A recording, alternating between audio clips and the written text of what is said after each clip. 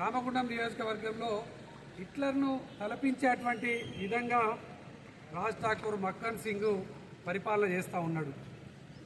ప్రశ్నించేటువంటి వాళ్ళ మీద కేసులు, ప్రశ్నించేటువంటి వాళ్ళ ఇండ్లు కూలగొట్టుడు, ప్రశ్నిస్తే వాళ్ళ మీద లేనిపోని మాటలను వాళ్ళ నాయకులతోని మాట్లాడించాడు.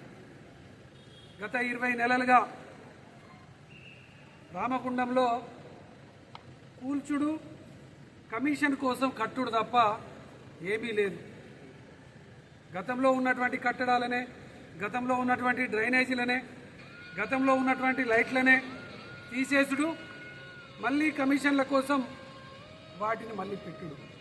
EUFIDC కింద మేము తెచ్చినటువంటి 100 కోట్ల రూపాయలతోనే ఇవాళ అభివృద్ధి పేరిట రోడ్ల వెడల్పు కార్యక్రమానికి శ్రీకారం చుట్టి రోడ్లు వెడల్పు కావాలని, రామగుండంలో ప్రజలు తక్కువైతే అంటే ఇంకా రోడ్డు వెడల్పు కావాలని ఇలా ప్రజలను రోడ్డు మీద పడేస్తూ ఉన్నారు. NTPCలో చిరు వ్యాపారస్తులు రోడ్డు మీద పడ్డారు. చౌరస్తాలో గాంధీ చౌక్కు సంబంధించినటువంటి వ్యాపారస్తులు రోడ్డు మీద పడ్డారు. ఇలా లక్ష్మీనగర్లో, అన్నపూర్ణ కాలనీలో, రామగుండంలో అసలు రోడ్లు ఎంత వెడల్పు ఉంటుంది అనేది ముందు సమాచారం ఎవరికి ఇవ్వడం లేదు. సమాచారం ఇవ్వకుండా రాత్రికి రాత్రే బుల్డోజర్లు తెప్పించి ఎవరైనా ప్రశ్నిస్తే మీది ఎక్కువ ఫీట్లు తీస్తామని చెప్పేసి బెదిరించి ఇవాళ బీఆర్ఎస్ పార్టీ బంద్ పిలిపిస్తే ప్రతి దుకాణానికి ఫోన్ చేసి మీరు బంద్ పెట్టినట్టయితే మీది ఎక్కువ కూర్చామని చెప్పేసి ఇవాళ నియంతలాగా, హిట్లర్ లాగా ఇలా పాలన కొనసాగిస్తున్నాడు రాజ్ ఠాకూర్ మక్కన్ సింగ్. తప్పకుండా ఈ యొక్క నియంత పాలన చేసినటువంటి నాయకులకు, ఆ పార్టీలకు ప్రజల నుండి గుణపాఠం ప్రతి సందర్భంలో ఎదురైంది.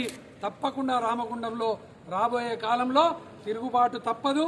వీళ్లకు ఏదైతే కాంగ్రెస్ పార్టీకి మక్కన్ సింగ్కు తప్పకుండా ప్రజల నుంచెల్లి వ్యతిరేకత తప్పదు. రేపు రాబోయే స్థానిక సంస్థలు ఎప్పుడు ఎన్నికలు పెట్టినా, ఎమ్మెల్యే ఎన్నికలు ఎప్పుడు పెట్టినా కూడా చిత్తుగా ప్రజలు ఓడించడానికి ఇలా సిద్ధమైపోయినరు. ఇప్పటికైనా మేము బాధితుల పక్షాన నిలబడి కొట్లాడుతూ ఉంటే ఇలా కేసులు పెట్టిస్తూ ఉన్నారు, పోలీసులతోనే ఇబ్బందులు పెట్టిస్తూ ఉన్నారు, షాపులలోకి ఫోన్ చేసి బెదిరిస్తూ ఉన్నారు. మీ బెదిరింపులు, మీ యొక్క ఆగడాలు ఎన్నో రోజులు నడవవు. ఇటువంటి బెదిరించిన వాళ్ళను, ఇటువంటి ఆగడాలు ఇష్టమున్న రీతిలో నాయకులను బెదిరించిన వాళ్ళను అనేక మందిని చూసినాం. తప్పకుండా మీ మీద తిరుగుబాటు తప్పదు. బీఆర్ఎస్ పార్టీ ఎప్పుడైనా బాధితుల పక్షాన ఉంటుంది. బాధితులకి ఇలా నష్టపరిహారం ఇచ్చేంత వరకు కూడా బాధితుల పక్షాన ఉంటుందని ఈ సందర్భంగా తెలియజేస్తారు.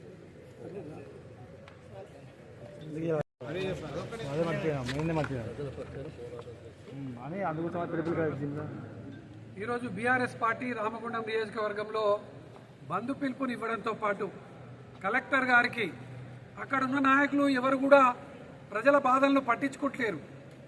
ప్రజలకు ఏదైతే అవసరం ఉంటుందో వాళ్ళ రిక్వెస్ట్ను కూడా వాళ్ళు దాన్ని ఆమోదం చెప్తలేరు. అందుకోసమే ఇలా మేము కలెక్టర్ గారికి వినతి పత్రం ఇచ్చి కనీసం అధికారులైనా కూడా ప్రజల పక్షాన, చట్టాల పక్షాన ఉంటారనేటువంటి ఉద్దేశం కొద్దీ కలెక్టర్ గారికి వినతి పత్రం ఇవ్వడం జరిగింది.